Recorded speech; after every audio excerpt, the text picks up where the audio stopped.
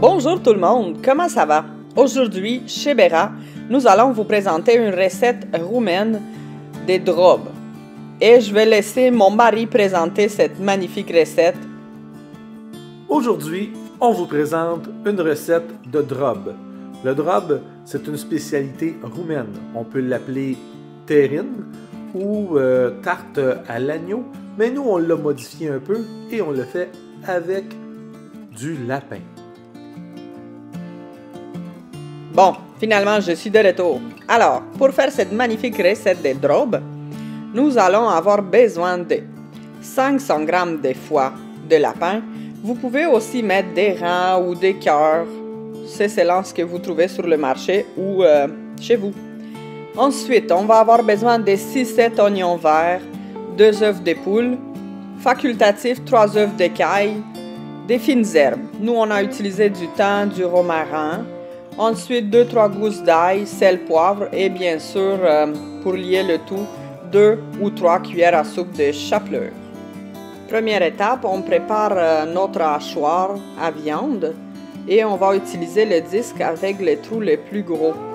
Ensuite, vous passez le foie dans le hachoir. En Roumanie, le drob, on le mange chaud ou froid. Souvent, il va être présenté avec des œufs, des oignons verts ou des radis.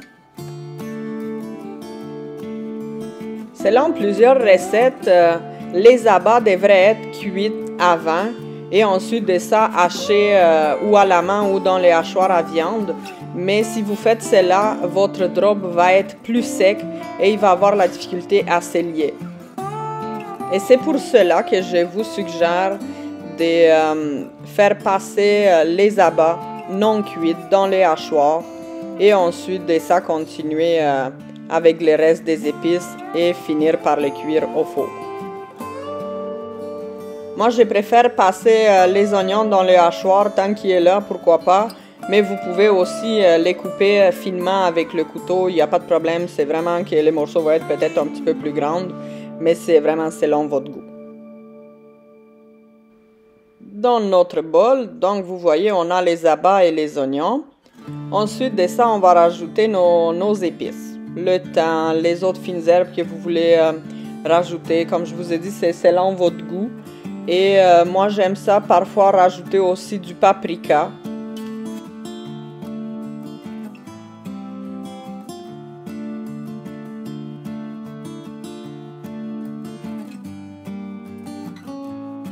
Donc, comme vous voyez, notre mélange est pas mal humide. On va venir lier le tout avec des œufs.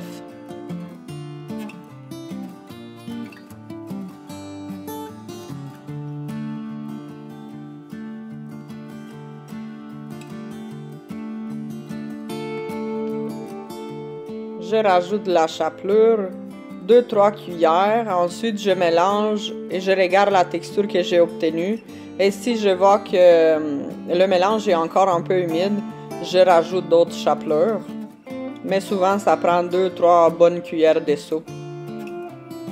Le drob peut être simplement un accompagnement pour vos repas. Ça peut représenter le repas principal. C'est vraiment selon vos goûts. Nous, on l'utilise aussi quand il est froid, on coupe des tranches et on fait des sandwichs avec. Sinon, on réduit en petits morceaux, on rajoute une petite cuillère de mayonnaise et ça fait une genre de crème de drob. Et elle est très bonne sur des biscuits ou encore une fois dans des sandwichs. Et voici, c'est pas mal cette texture que je recherchais. Donc, on voit bien que la pâte commence à se tenir. On met notre mélange dans une bolle qui peut aller au four.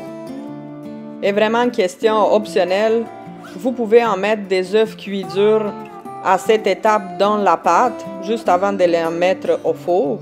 Mais ce n'est vraiment pas obligatoire, ça ne change pas le goût, ça ne change pas la texture. C'est vraiment juste pour le look, pour la beauté. Ça a donné que ces jours-là, j'avais des œufs d'écaille cuits durs. Alors, j'en ai profité pour en mettre quelques-unes dans mon drob. Donc voici, on les met simplement dans le bol.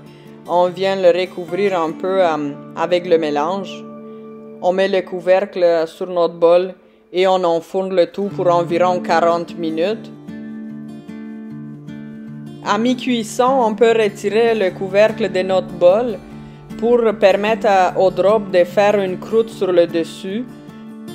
Regardez, 45 minutes plus tard, il est magnifique. Il a une super belle couleur. Je vous souhaite bon appétit. Je vous suggère fortement de l'essayer. Vous pouvez faire cette recette avec des abats de porc ou de poulet ou un mélange des deux ou même comme on vous l'a proposé avec du lapin.